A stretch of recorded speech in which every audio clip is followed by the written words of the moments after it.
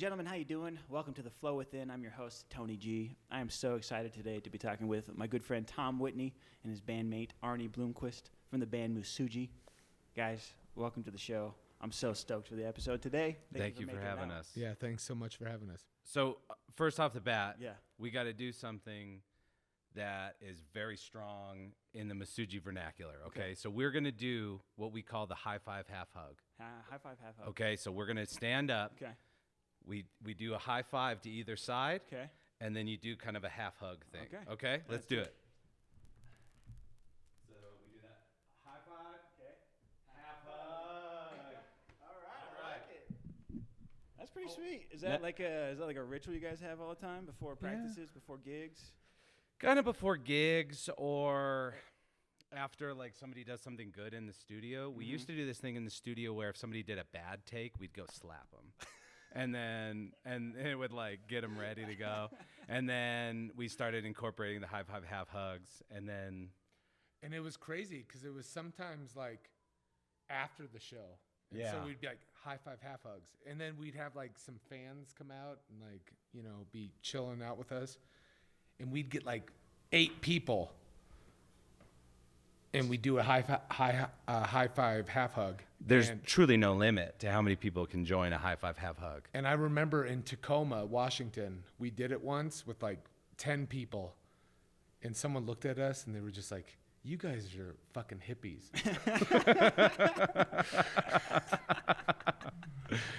Yeah. And you're like, yeah. Yeah. Spread love. Yeah. Yeah. But we would also do other things like race. We would do running races before shows. Nice. Or after shows. It was one of those things like people would be out, you know, in front of the venue. There'd be like the smoking section. Yeah. People would be chilling. And we would try to like gather people up. And we'd be like, all right, you guys are the starting line. And we'd get people to go down to the finish line. And we get to try to have people watch us race each other. Yeah. Like just do a like full out sprint in the middle of the street. Got to burn off all that adrenaline from the show. Yes, yes. One time in Nashville, we did one in the parking lot of a bowling alley. And Arnie fell for like, I don't know, 35 seconds he was falling. It was one of those trips where like you're running and you're tripping over like 18 you're steps. barely like keeping it together for like a And then little I bit, got and then- I got a wound on my knee, and we went to New York right after that.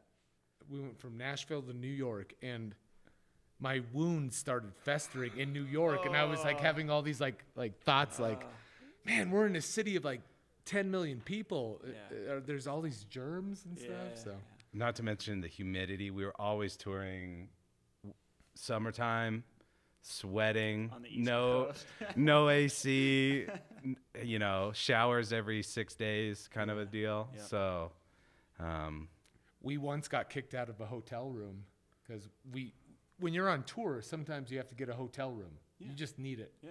And we would always have one person say, "Single, I'm the single person." Yeah. it was And always Lucas. We it was called always it the Lucas. gift of gab. We were like, Lucas, you have the gift of gab. So go do our it. drummer Lucas went into the lobby and was like, "You know, we need to rent. I need one hotel room for myself." And then we're all walking in with our sleeping bags and stuff, and like someone like saw a us. cooler. Yeah. Someone saw us and they were just like, "This isn't right," and we got kicked out. But me and Tom were just like, "Let's wash our hair real quick." We have to, yeah, we were like, we have to at least wash our hair. So Arnie and I are like shirtless, like shoulder to shoulder, like the water. It was one of the bathtubs with a shower head. And so we were just like furiously like washing our hair at least. And then that was in Eugene. So what was that venue called? The Black something. Black Forest. The Black Forest. And we always played there. And that was they were always so great to us. And we had clean hair that night. There's nothing like having long hair and having it clean when you're playing a show. Yes. And then you start your first headbang and then you're just like, oh well. Oh yeah. That was a good hour of clean hair. And now Yeah. And then we're it's back. gone. Yeah. I do. You know, you remember me. You met me when I had my Yes. ponytail. You know, Yes. as I call it. So it's quite different. I don't really miss having long hair, but I'm glad that I had it for. You miss it on 4 stage. years. Yeah, I do. Like headbangs just don't have the same effect. Like, come on. That's hair. the thing. Like that. I mean, we have this new album coming out, and it's like we're gonna do some shows here, starting in April, and it's like you kind of want long hair. Yeah, you got to start. And so, growing like, out. some of my coworkers at work are just like, "Don't you want to get a haircut?" I'm like, "No, I'm gonna keep my hair going." Because it does. There's an element to that of like headbanging. Yeah. There is kind of a element too of like rebellion associated with long hair too. Mm-hmm. We also both are supporting mustaches a little bit because we had in our music video shoot, the second half of last weekend, we were all like clean shaven mustache, and we had really committed to it. But I had to pull mine back a little bit because my partner was like, "I'm not kissing you anymore," and so I appeased her and pulled it back a little bit. I've done that like once. I've shaved everything but my mustache, and it lasted about 30 seconds. I was like, no, this is not happening. Get rid of it. You got to just stand tall and just do it. It's a brave decision. It really sure. is. I can't do it. So tell us more about your bands. You guys are obviously MUSUJI. You said you've been together for 8 years or so. 15. This is our 15th year. Oh, my goodness. We spent about 8 of those on the road. Okay. Kind of going back and forth. We had a couple like pretty strategic like loops that we would do or tour legs. So we had like the Back to Tack, and we had the Southern Hospitality Tour, and then we had like Beast of the East. So we would try to go back and hit the same places. Yeah. And it's always better the second time, third time, fourth time. But then it's never as exciting as the first time because there's something about rolling into a town for the first time. And we used to even have a map on the back of the van where when we would finally play in a new state, and we got to 38, 40, something like that. Yeah. But Nice. when we got to a new state, we'd get to put that sticker on our map. That's so cool. And so that was kind of like a badge for us. But this is our 4th studio album that we're working on now. We did take a break in 2014, and it was 2018, 2019, and I started writing a new batch of songs, and I kind of like writing waves, like when it comes, it's like, I can't control this, and they just start coming out, and they were not exactly MUSUJI songs, but I knew they had the heart of a MUSUJI song, and so Lucas and Arnie and I just started getting together playing again, and pretty quickly a friend of ours, Michael Zucker, joined the band to play guitar. A friend of ours, Ryan Eschenbaugh, joined the band to play sax and auxiliary percussion, and it was kind of like very organically, it was like, okay, we're back, we're writing music. Yeah. But then when you start writing an album in 2019, and we all know what we know now, we wrote and recorded through the pandemic. We had a member have a new baby, which is a huge journey in somebody's life. We had a couple members doing big work things, either like changing professions or like how they, going from a company to being on their own. We had like Zucker was gone for 6 to 8 weeks on a deployment for his job. I bought a new house, and got into a new living situation. So it took us a while to write and finish the new album. But what with Tom's talking about, like, it also helped us get through the pandemic, I feel. Like, because we all figured out a way to record our parts of the songs in different locations during the pandemic when we were all isolated from the rest of the world. So it was kind of like, we definitely had a blueprint for the songs, but we knew how each of our parts were. And it just felt great, like, to have that outlet. And I felt so thankful for that because I feel like a lot of people didn't have that outlet to express themselves. And we intentionally looked at what was happening in the world and even before during the pandemic, and then during the Trump Biden president race, like it was like so divisive, and we decided, let's look at that element of why are so many people on polarized, you know what I mean? And it was just like, we really strived to think about like the emotions of Americans at this time during those 2 years. And, I think it helped me get through that isolation. Totally. Yeah, I think it's been a very reoccurring theme that we've had on the show for sure, that a lot of people have talked about getting through the pandemic with their music, having it help them. Do you ever find that to be a double-edged sword? Like, for me personally, I really love that I can use my music as like to kind of express myself, but I also find myself kind of getting sucked into it a little bit on the other end as well. Do you guys find that same thing, like as a double-edged sword? Another way to phrase it, like, are you okay with like being able to express yourself with your emotion in music, but also like kind of have to go through those emotions as well? Well, sure. I mean, I think like a lot of times people might listen to your music and be like, I don't like what you're saying. Yeah. Or I don't like your message there. And that's going to lead to a new level of that polarization, that dividedness. And you're always afraid of that, I guess, when you're writing music. As a lyricist, I think maybe I feel that more than like Tom or the other guys playing. But Tom's doing a lot of backup vocals too, and he understands like these vocals might send a certain message, but in the same light, we tried to be positive as well. Like we tried to look at humanity and, say, what can we do as people to be positive, to like not just look at the negatives, but how do we persevere? And we would have a lot of talks back and forth about lyrics too.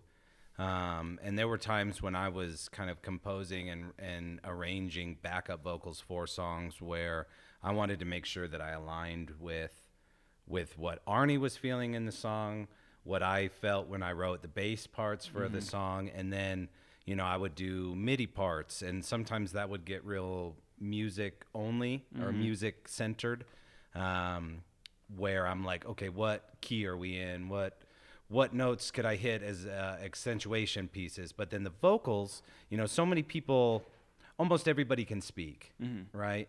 And so everybody really has an opinion on vocals more so than most people aren't like, oh, those were sweet ghost notes on the drum snare. Yeah. So you have to find a relate in that way. For me, the first thing that came to mind when you asked the question was when I'm doing solo music, and I don't take the solo music real seriously as like, I released a solo album, but it wasn't. It's more just like a processing thing for me. And when you're writing solo music, sometimes you're writing, you're recording, and you get in this like tunnel, and you're like, this is the greatest thing I've ever done. And then the next day you go and listen to your mix in the car or something, and you're like, what was I thinking? Yeah. This is awful. So I think being an artist and self-doubt are like hand in hand. But I heard Mac DeMarco once, one of his big things was, don't put your music on a pedestal. And so that was one of the things that pushed me to even like release some of that music. Was like, you know what? Let's put it out there. Who cares? I made like $1.40 on that album. It was almost covered your costs. Yeah, almost, right? And we would even have discussions sometimes just on like demoing and stuff like that. Like, let's use an effect that's like really open, like for example, like a vocal effect. Let's use something that's really wide open with a delay or kind of a echo or something, and then let's also use a real confined distortion or something. So you almost have two parts of the vocals that are like that same dynamic of the polarization, like the openness and then the closeness. And we would just have discussions like that. And this was like during the pandemic. Yeah. And so it was kind of just like we were expressing ourselves through what was happening, but then also writing music, and then also collaborating. And it was just, I think the album really much speaks to that, like when you hear it. Mm-hmm. It's also a very different album than we've made in the past. Okay. Lots of Easter eggs. I mean, I think everybody wants to say this, and we don't have the choice of whether this is true or not, but I think it's a really great album. It helped me a lot. I enjoyed making it so much, and we put all these Easter eggs in it, and I really think it's like a headphone type album. Awesome. Because we were all so separated. The best part for me about us all having like separate studio spaces was that we were sending each other demos of things all the time, and in a weird way it gave you that like inspiration for the next day, or that desire to keep pushing on, because you're like, oh, tomorrow Arnie's sending out his vocal stems, and then Zucker's gonna mix them in, and then we get to hear that, and then you have that like reaction. So we were still having the human interaction without being in the same room. And for so many people that were isolated without something like that, you know, that's a tough road, you know, to not feel connected. I think we're all, as humans, we want interaction and connection and love and support. And that was one of the things I loved about your song that you put out, was just the positivity of it. Yeah. Like I relate to that. And as we all get older, we were talking about being parents and things like that. That's just such a great thing to, you know, you almost have to look of like, what kind of ancestor am I going to be? And you want to be somebody on the right side of things. Definitely. And so I really appreciated it. And it spoke to me when I listened to it. I love the spoken word part. Like it was rad. It was super cool.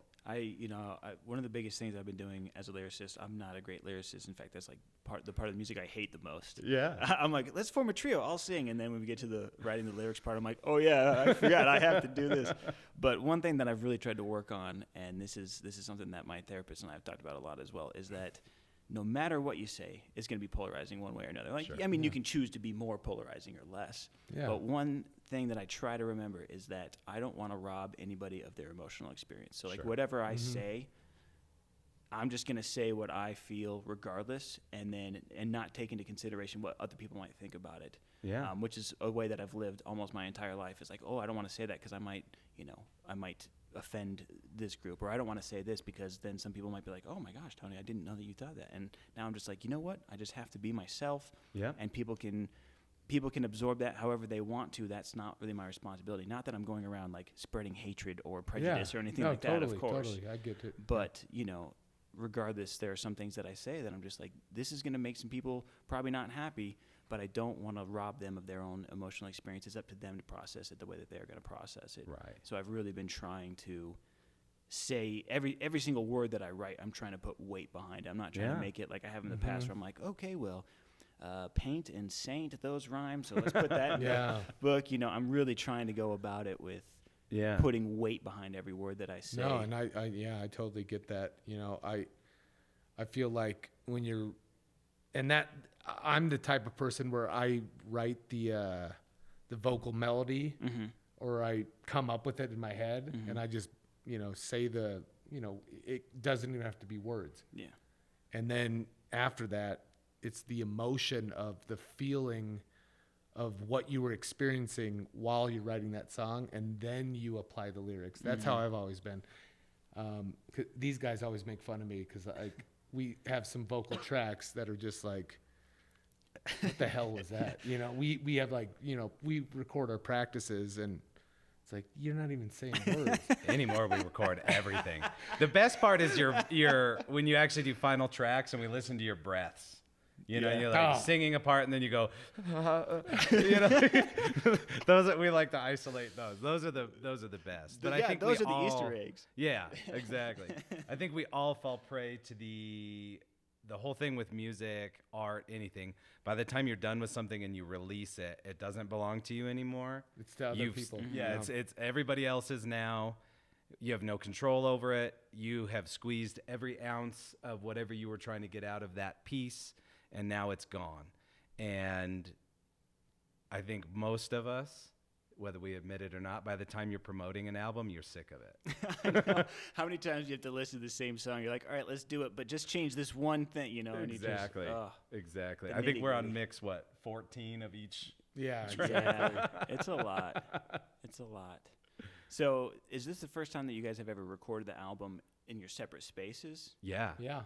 Yeah. What was that like And it- versus being together in the studio? Well, like I said, No it was slapping. it was positive. Like it helped us get through that isolation Yeah. during the lockdown. Like it helped us like have something to wake up in the morning and be, you know, inspiring to do something, you know? Mm-hmm. And What a silver lining, huh? Yeah. We also learned a lot doing it. Our guitar player, Michael, he knows everything about recording. Mm-hmm. He'd probably come in and be humble and say, oh, I don't know everything. But he's a fantastic ear, and he's a fantastic producer of things. And we got like associate's degrees in recording from just having phone calls with him. And there would be times when it was like, okay, this sounds good, but why does it sound good? Or this doesn't sound good, why doesn't it sound good? Or even just understanding things like bit rate and EQing things. Like, I mean, he'll listen to something and goes, oh, we need to boost the 2K. You know, and I wasn't ever trained to hear things like that. So it's like, if you're the smartest person in the room, they say, get out of that room, right? We haven't come across that yet. We've still, wanted to and enjoy being in the same room together, whether it's a digital room or the real room. We're like rewriting our bio and all that fun stuff when you release new material. And one of the things that I kept feeling was like, I enjoy rehearsals just as much as I ever have, and just as much as anything. There is a certain energy from playing live and to people and getting that immediate, like, I like that one. But us being in a room playing music is awesome, and I think that's what's kept us together. I mean, 15 years, dude. That's crazy. And we had a few times we were able to meet up and actually play together. Like we had to I think there was a couple practices where we had to like be spread out wearing masks. I was like singing through a mask, and I was like, this sucks ass. And it was just, even though it sucked, it was so great to just be with each other playing in the same room, because we got so used to like, we were like a studio band. Yeah. Like we were just like, we weren't even a live performing band anymore. Yeah. And then we got offered a show, you know, I think, what was that, last June, I think. Yeah. We got offered a show, and we were like, oh shit, we got to learn how to be a band rehearse again. and actually play live together. So there was part of it where it was just like, how do we get back to, you know, being able to play live? And that was fun too. We were so excited to just, we were like playing sloppy because we were just like so into it. And it was like, I don't even care. We're back. The emotion takes precedence over all. I mean, I love that too. It's one thing to go into the studio and just play your part perfectly and add, you know, the right dynamics, but then it's another thing to have all that going on at the same time and then feel the energy off of each other, and then just you get so excited that you forget how to play the bass, or you forget your lyrics. You're just like, I don't care. This is so great. Yeah. I love it. And we were talking about it earlier, the difference between a musician and a performer. Yeah. And if you are performing music, you have to be both. So you have to be proficient in your playing and proficient in how you relate that to people. And obviously, like an audience, when they're giving positive feedback to you, you go to the moon. You know what I mean? You're flying around, and then afterwards, you can't sleep for 6 hours after the show because you're just like, your heart's still pumping. And what else was crazy about it was, like Tom mentioned earlier, we had not been a band since, you know, for like, what, 2014 was our last show before that one. And so it wasn't just getting over the pandemic. It was also our first live performance as MUSUJI. We did the Falcomist stuff. And we did Falcomist stuff, And that was another thing, because like a bunch of fans came that loved MUSUJI, and they were really into the show too. And we weren't even really expecting that. there was one song that we played that a bunch of fans were like singing with us, and we were like, that's pretty. Yeah. Me and Tom talked about it. He's like, that was pretty sweet to see those fans singing this song that we hadn't played since 2014 with us. And it's an interaction. Like you feed off the crowd, they feed off of you, and it's like, it's great. And yeah, one of our friends who has seen us forever, we played his college graduation party, and his little brother watched us. And his little brother was, I don't know, 8 at the time. And he was like a full-grown, like adult with facial hair and deep voice, you know. And he was at that show last June, and he comes up to us and he goes, man, I've been a fan since I was 8 years old. And this is the first time I've gotten to see you guys live at like a venue. Yeah. When I started following you guys was in the backyard of my, I don't know if it was his parents' house or grandparents' house or wherever it was. Admittedly, I didn't totally remember the show, but like I remembered kind of doing it. And this kid was like, "Oh, this is so awesome, and I'm so glad to see you guys playing."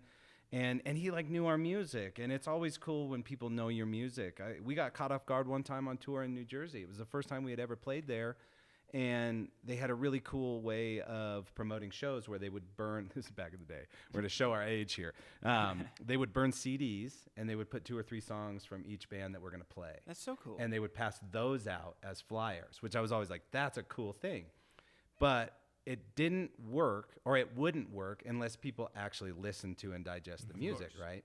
So there's a song of ours, Eureka, that my buddy Chris Nelson, what up, Chris? He always said, that's the perfect opener for you guys. He said, you have to open every song with that. And we kind of took that to heart. We opened that with that song a lot. And we're playing in front of this packed house. We were playing with the Front Bottoms out in New Jersey. And we didn't think any of these people knew us. And we go into the first couple seconds of the song, and they knew it. And they loved it. And they came back at us. And like when you have these moments, you're like, what is happening? I'm getting chills right now. Yeah, it's like we're totally across the country, not expecting. We were playing a VFW across the street from a prison in front of 300 some kids that like knew our music, and it was like, what is going on?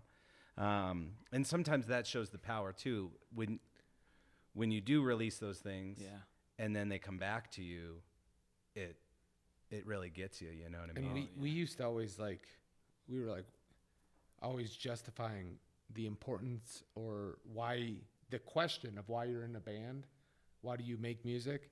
And we would always talk about look, I'm going to die one day, but the song won't die. Like the song will be there until, Russia blows us all up. No, there are servers somewhere that nukes can't get to. So your songs will always be. But alive. even if bro. the Earth explodes, maybe somehow, Yeah. you know how sound travels in space. The music's always going to be there. And I always thought that was the most powerful thing about art, especially music, because we used to talk about you're just some dudes. But then you actually create noise and make that noise work in a way that people actually want to listen to. It's kind of a crazy concept to think about, that people can actually do that, and that we've actually, and you have done. It's just a crazy. It's a when weird you thing. when you really think about it, it's a very crazy concept. I actually love that the Library of Congress actually sent some musical excerpts up in a satellite. They just sent it out into space. I know that Chuck Berry was on it, and it's so cool that all of some of our best music of all time is just floating out there for somebody to hopefully pick up one day and just be this was our culture.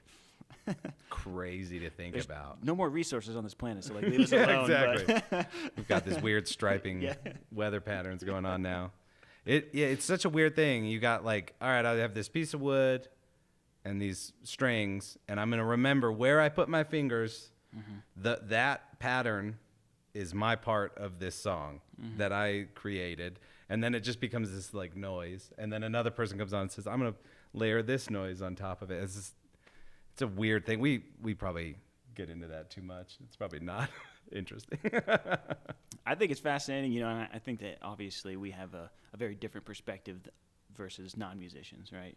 Sure. Yeah. But I think it's really fascinating for us to be the creators, because a lot of people will just immediately shit all over your music, listening to it for 15 seconds, not really realizing everything that goes into it. But the power of noise. I mean, you can say one phrase and you could piss off hundreds of people. Yeah. You can say one phrase and hundreds of people will be okay with you. They'll be on board with you. It's just, noise is a really weird thing. Mm-hmm. Like, we get so moved by the noises that we hear every day. And, you know, music is just like taking that noise and trying to mold it in a way where you use that noise as a message or as a feeling. Mm-hmm. It's a powerful thing. Yeah. It's so cool. So speaking of which, you guys sent us a track that we're going to listen to. Awesome. Why don't you guys tell us a little bit about that here really quick? So we're going to listen to Embers. This is off your new album. This is off the new album. When I started writing the riff for it, it was like a little baby. And it was one of those where you don't have hardly anything written, and very organically it came to be. And then Arnie was able to kind of pull this kind of mindset out of it that was really great. And you can go ahead and talk about the lyrics, but when a song comes together that easily, it always feels good. Mm-hmm. You know what I mean? So it was a very organic kind of,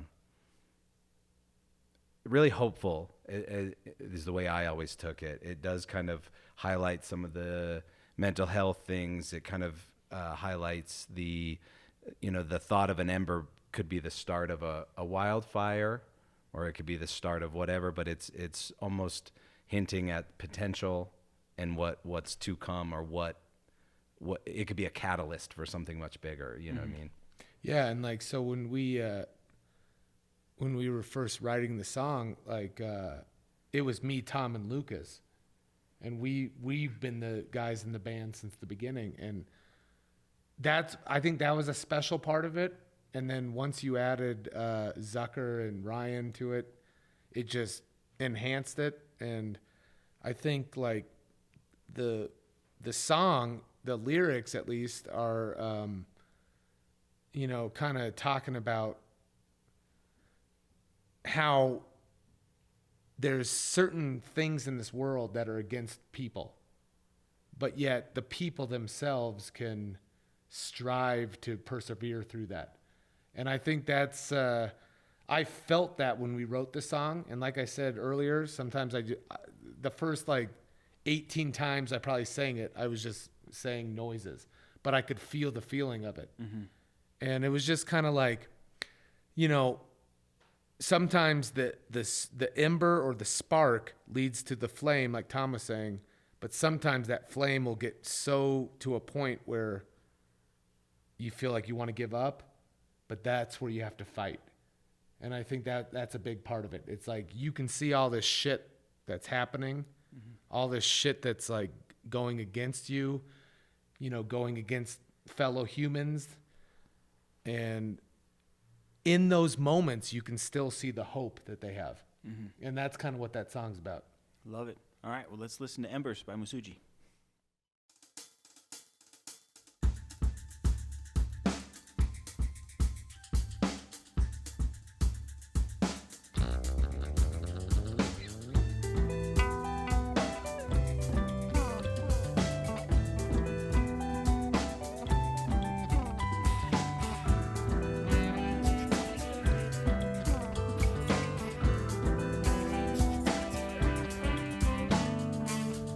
Wanna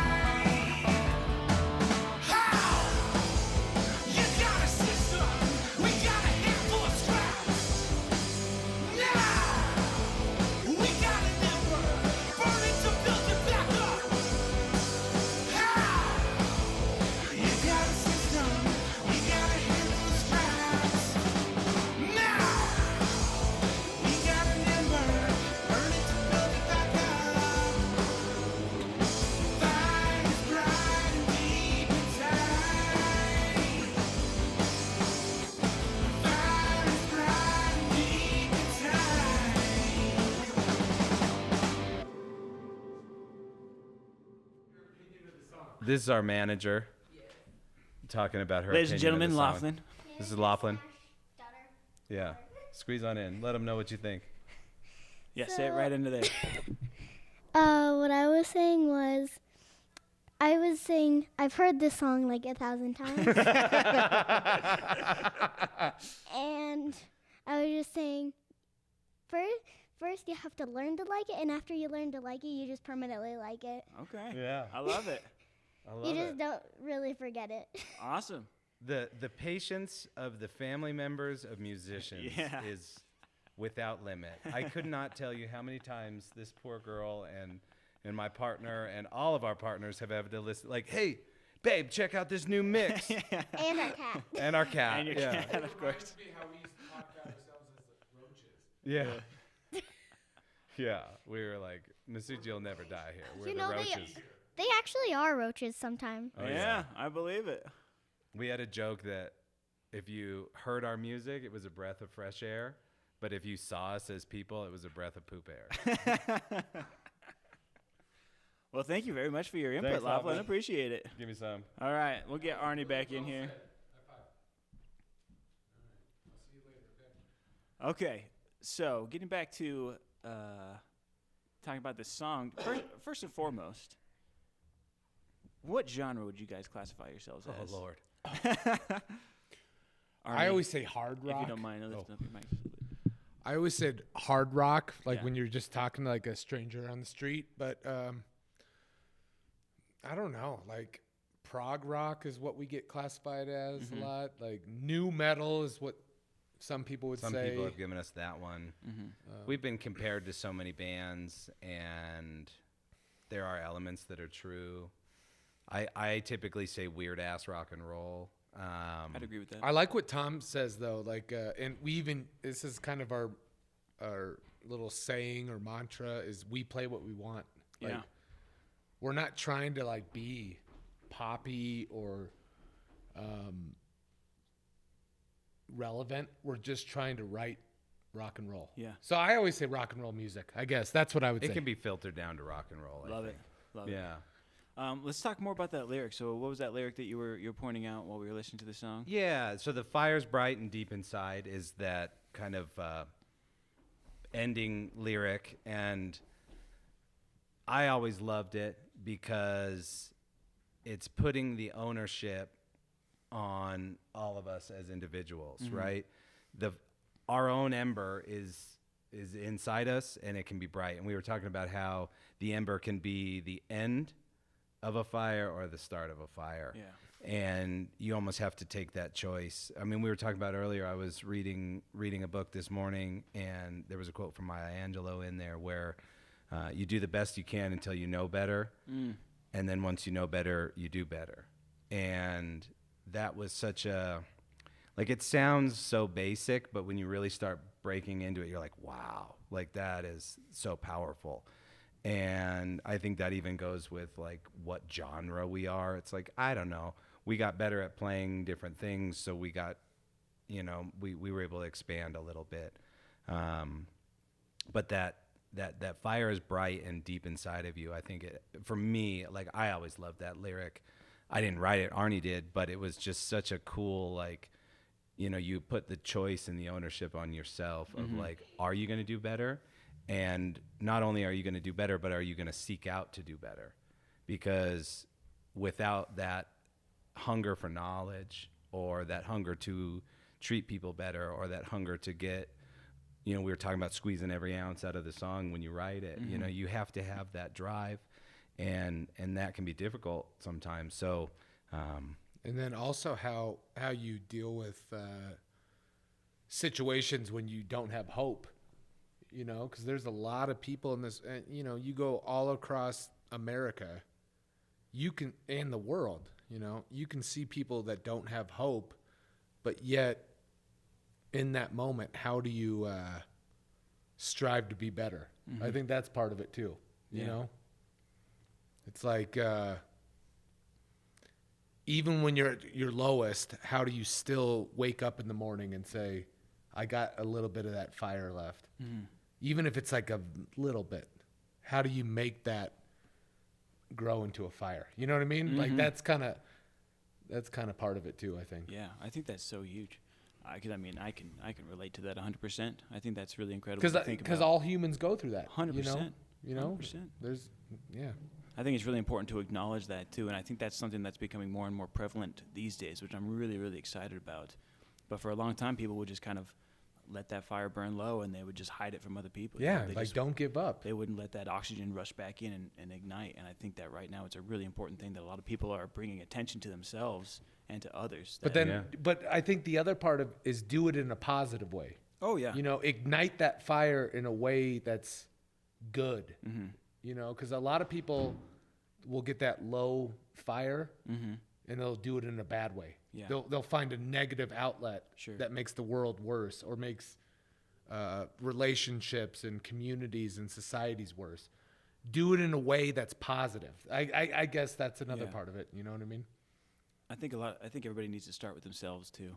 Because Exactly. That's another thing. A lot of people love to put that out on other people. You know, oh, my fire's low because of other people's actions, not my own. Yeah, you know, that's a good point. I think you really got to start with yourself and really come to terms with why you are the way you are and whether or not you want to change and what you're going to do to strive to do it. Like that quote from Maya Angelou. I think that's so great. Yeah. Like once you do the best you can until you realize that there's something else. You're right. We could do better. Yeah, and I think that's huge because so many of us are products of our own environment, and so we don't really realize that there's something else out there until we're exposed to something new. And a lot of people will take that into account very differently. A lot of people are afraid of change or afraid of something different, whereas hopefully more of us are very receptive to this change and just really want to acknowledge it. But I think another part of it is also combating the negative, like looking at the negative and saying, we're not going to let this stand. Yeah. We're going to use that ember, that fire to fight against, you know, the negative and use, you know, obviously like social activists use nonviolence, you know, but do it in a positive way. But don't just like, you know, think about what can I do to make myself better, but how can I fight against those negative things that are bringing everyone down? And that's another big part of this song, I think. I love it. I'm really inspired by the message. You know, we were talking before the show, like I'm just really pursuing the mental health route, which is, you know, why I have this podcast in the first place, all about art and mental health. So I'm just like, it's always so refreshing just to talk with other people that are just kind of in the same vein. Yeah. And you can find inspiration just about anywhere. I'm a diabetic. I'm a type 1 diabetic, and that makes a lot of like very strange things in your life. You know, like I have to take insulin. I have to like watch my diet. I have to manage things. There's times where we're at practice where I'm like, okay, I need to stop and eat a banana because I'm going to pass out, you know? And the other day, my diabetes management coach, who her last name is Doctor, not spelled doctor, but like it's Lalani. What's up? She's awesome. And I was having like a super hard time because I was having a hard time with some management of my diabetes at times. And it's fairly new to me. I didn't find out until I was a type 1 diabetic to very late in life. And or like, you know, late in my current life. Hopefully I keep going. and yes, exactly. And she was just talking to me about, she has lupus and they're both autoimmune. And so we were just talking. She still runs a farm. She's getting ready to retire, and she's just done all these great things, and she had these great stories from her life. And I went into that meeting sad and struggling and looking for help. And her stories and her just listening to me and her just being there. And we got off topic of my blood sugars, you know what I mean? But we got onto other things, and that made me aspire for more leaving that meeting. And not that I didn't expect that out of her. It was just the first time that we had really kind of got into that. And so I was really, really appreciative of that. And she even got me, you know, information on other places to go, because there are like specific, and I always get this wrong, either psychologists or psychiatrists. I always get those messed up, but a place that you could go to talk to about diabetes, about management, and everybody has their own battle. Everybody's got their own ember getting bigger or smaller, and sometimes you have to seek it out, and there shouldn't be a stigma of seeking it out. And we all have supportive families. Like in our group, that's been one of the things from day one, is like, we're family guys. I've got a wonderful partner at home. I've got a fantastic daughter that was just on. My parents are great. My suegros are great. My parents-in-laws, my in-laws are great.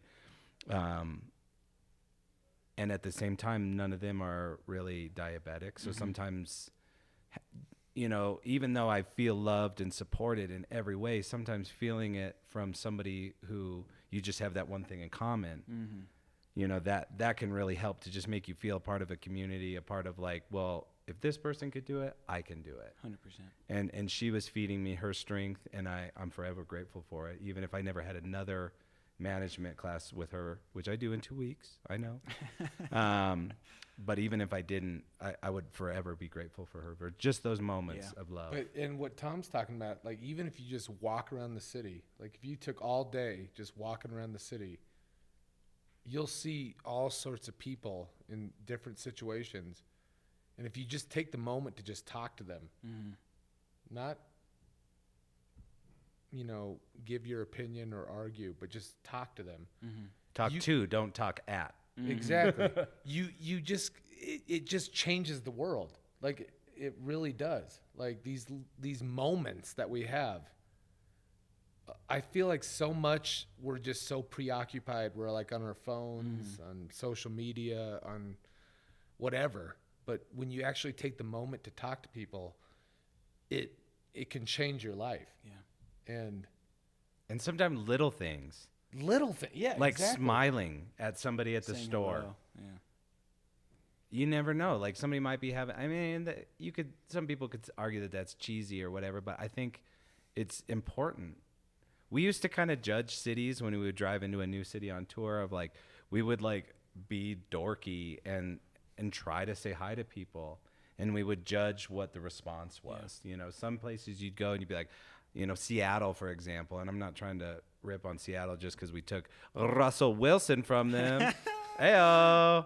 But we would say hi to people, and most people were like, get out of my way. Yeah. You know what I mean? And then we'd go to other towns. You go to north 20 minutes to Tacoma, and you'd be like, what up? People would be like, what's up?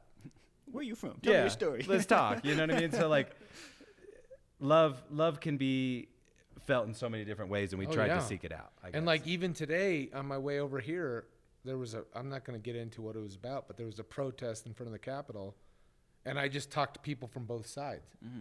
And I'm not trying to argue. I just want to hear your opinion. That's powerful. Like that, you hear people. And when people feel that they're seen and heard, it empowers them. And there's lots of people in this world that don't feel seen or heard. And that's, you know, I think the way to solve that is just don't be afraid of people. Talk to them. And I've always found that, like, we're lucky because we used to go on tour and we would get in these, like, we would get into a mode where, like, let's just talk to people. And the tour weirds. If the whole world was like that, you wouldn't have so much conflict and divisiveness. Yeah. I feel like we're such an isolated society these days. And it's because people don't talk to each other. I know, and it kills me because I'm the kind of guy that I go on a walk and I'll wave and say hello to everybody that I pass. Yeah. It gets a little tedious when I go through Cheeseman Park, but But like some people are really warm and receptive, and some people are just like, "Why are you even talking to me?" Or some people are just like this. And it's like, They're and I looking just don't you even know, notice. Yeah. We're neighbors in one way or another, and I really think that we lack a lot of that. We lack a lot of interpersonal connection. Yeah. Even Well, we're just right here. I don't think people really understand the gravity of being alive together. Because think about the entire world's history. Most people only live to be, if you're lucky, 70, 80, 90 years old. In that span of 70, 80, 90 years old, you're on the planet with people that are alive. You know what I mean? and you have a connection with them because you're alive at the same point on the planet. And it's a really personal connection if you really think about it, because we learn about history, we learn about the world, talking about people like thousands of years ago, but we're alive with the people that are alive now. You know, I guess I'm getting a little bit off on a tangent, but it's kind of like we have a special connection with every human being that's alive right now. You're right, and I mean, in the grand scheme of things, we're only on the planet for just a very tiny blip in time. Like we are so insignificant in our time that we just need to do whatever we can. At the same time, I would argue, and this is actually something my dad told me. I was in college and I was going through all the existential, like, whatever, you know what I mean, when you're that age. And that's a very important thing. I'm not talking down on it, but I was like, Dad, what does it matter? We're a speck of dust on a speck of dust within a billion specks of dust. And he goes, yeah, but if you think about it, you're the center of your own universe. Interesting. So everything that radiates from you, you have a connection with and you have a responsibility to. And so, you know, some of that is your actions. If you're going to treat everybody like garbage, then you're probably going to get that back. Yeah. And that's going to come directly to you. That's not going to be just some ambivalent thing.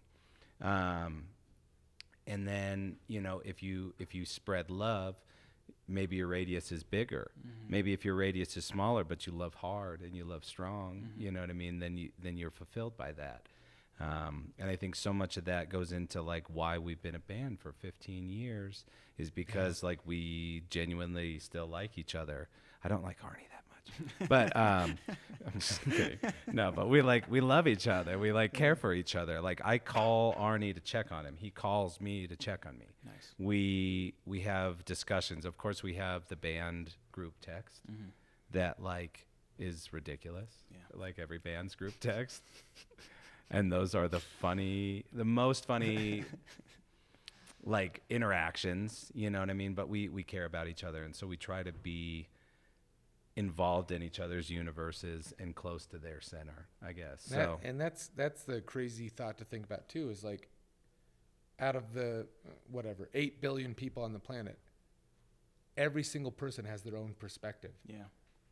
Like, there's no two minds that like think exactly the same. So it's like, but yet we all build our personalities and who we are based off of other people. So it's like you have your own perspective, but yet it's shaped by the people around you. Yeah. It's a very crazy concept to think about. Like I love it. The interconnection of everything. I think it's super important, and I think that the only way to find out more about it is to open up to each other. Talk to people. Man, like we're doing today. I'm so glad to be part of your two's orbit. Yes. It feels Me good. too. Come on in. Man, as close as you want to be, baby. We've known each other for 15 years? At least 15 years, yeah. it Playing feels music good. together in college. Yeah. You played on the last Falcomist show. Falcomist was we a split a group bill. that Arnie and I and Ryan Eschenbach, who also Yeah. plays in MUSUJI, we did kind of like a side project, I guess you could call it. And we just did the one album, and it was a blast. Yeah. But you played the last show there, and that was at Tennyson Tap, which is Yeah. unfortunately Just no sadly longer. closed. Yeah, that right? closed Yeah. down. That was such a fun show. But to think about that too, like Yeah. from back in the days, you were talking like when you used to have long hair. Yeah. You know what I mean? And yeah, it's been a long time, and I'm glad that we've stayed in touch Definitely. this whole time. And I was really stoked that you were able to play with me at my going away show before I Yes. left the country. That Yes. was so much I forgot fun. about that. Yeah. My favorite part, I still think about this all the time, and I tell people about it. Like, we get on stage to sound check, and we hadn't practiced. It was you, me, my drummer, Zach Lambert, who's a fantastic drummer. I And hadn't then we even had- met anybody else except for you. And we hadn't practiced, and we were like going to play 4 covers. Yes. And so we line checked, and we're like, all right, let's run like the first 2 measures of this song, and we do it. And I was like, do you guys want to do like a practice run? And you just look over and you look at Zach, and you're just like, I'm good. Like we could just feel the caliber of every musician. We're just like, nope, we don't need to practice, because I know that as soon as we start playing, we're just gonna lock in. And that was because we'd only played together a couple times, like again over a decade before. Yeah. So it was really that cool. was so much fun. And then Mike also played guitar on those Yeah, Mike songs, too. Strasbaugh. Yeah. And he's such a rad dude too. He is. And Zach is a great drummer. Yeah, I mean, he's incredible. You know, he and I like we kind of did that side-eye thing when you know in a rhythm section, like, all right, bro, well, we got this. But and then like even on top of that, one of the songs we played was Crete. Yeah. By Radiohead, and he and I, without rehearsing or knowing, and you went with us, Mike went with us, everybody went with us, we took off. Yeah. And we started jamming in the bridge of that song of like, we're going to make this our own. Yeah. And we didn't even know what our own was there. And that goes into some of that language. It was like we were speaking to each other using our fingers, hands, noise. There you was know a what I mean? bunch of 90s rock in that set, right? Oh, it was all 90s I think rock. we did like 90s Alice in rock. Chains and 90s rock Nirvana. is great. Yeah. Like, isn't that a great Yeah, we did decade? Nirvana, Radiohead. Radiohead. We did STP, didn't we? STP. Yeah. And what was the other one? Wasn't it Nirvana? Or did I say that already? Alice in Chains? Alice in Chains. Yeah, I we can't did them remember both. exactly, Yeah. but It was a while ago. good songs. Yeah, seriously. It was fun. I still have a playlist on my Spotify that was the Tony mix. That was like the songs that we were learning for that show. We live in infamy. Yes, exactly. No, that was fantastic. Yeah, that was so much fun to be on stage with you there at Larimer's Lounge, and now you're back. I'm back, and we're going to be playing shows together. I know that For sure. MUSUJI and Polkadot Palace, we're going to be sharing a stage before yeah. the summer's over for Yes. sure. We'll get Heck it. yeah. We'll get it down. Yes. Before we take off, why don't you guys tell us where we can find all of your music, like all the interweb stuff, I'll let him. Facebook, Instagram, all that good I'll stuff. let Tom do that. Yes. business. So, MySpace only. We're the last band on MySpace. You're the only And band on we're MySpace. the only band on That's great. MySpace, and Tom is still our friend. And no, I'm kidding. We have digital distribution like everybody else. So I guess I shouldn't say like everybody else, but we have the digital distribution. So we're on the Spotify's, Apple Music, Deezer, you know, like the whole list of all those other ones. I guess you just need to know how to spell our name. Yeah, you have to know how to spell our name. Google MUSUJI is like what we used to always say. We had business cards that used to say Google MUSUJI, and then we would say how it's spelled. So it's MUSUJI. It's a term that we stole in appreciation from the Washoe Indian tribe, and it means wild with madness. Arnie was studying some of that in college, and we just thought that fit our style. Of course, we're not as heavy as we used to be, so maybe we're just like wild with dadness now.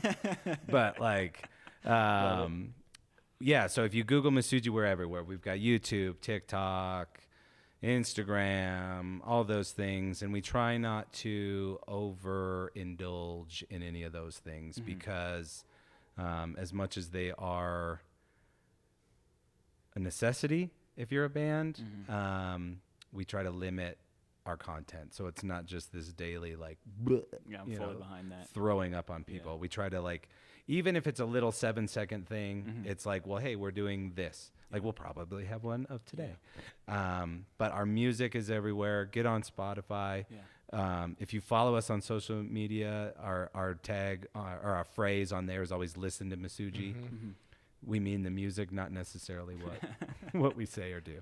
And then also, why don't you promote your show too? 'Cause you have an album release coming. We have an album release coming up, which is going to be fantastic. June 18th at the Black Buzzard. It's going to be our CD release. We are also playing with the Helgramites. It's going to be their vinyl release. Another bunch of dudes that we've known forever. And then we're also, Octopus Tree is opening the night. Okay. Another guys that we've known forever, and their drummer Joe. We used to tour with him when he was in another band in Nashville. He lives here now, and he's got another group, Octopus Tree, that is fantastic. So, and I think they're doing a single release that night. So it's going to be like a big loving share It's going to be a good rock and roll show. Huge of night. rock and roll. Yes. And so, yeah, June 18th at the Black Buzzard. We're, as of right now, when we're recording this, we're going to announce it next week. But when it comes out, we'll have already announced it. Yeah. All right. Well, this double promotion. Exactly. So we're so glad to be here, man. Thank you so much. Thank you so much for Yeah. having No, us. Tom and Arnie, seriously, it's been my pleasure. It's been so fun talking with you guys. Awesome. Ladies and gentlemen, that's this episode of The Flow Within. I'm your host, Tony G. We'll see you guys next time. Can we end with a foot race, or should we do another high five? High five? I like the high five, half hug. Let's do it. Let's do it.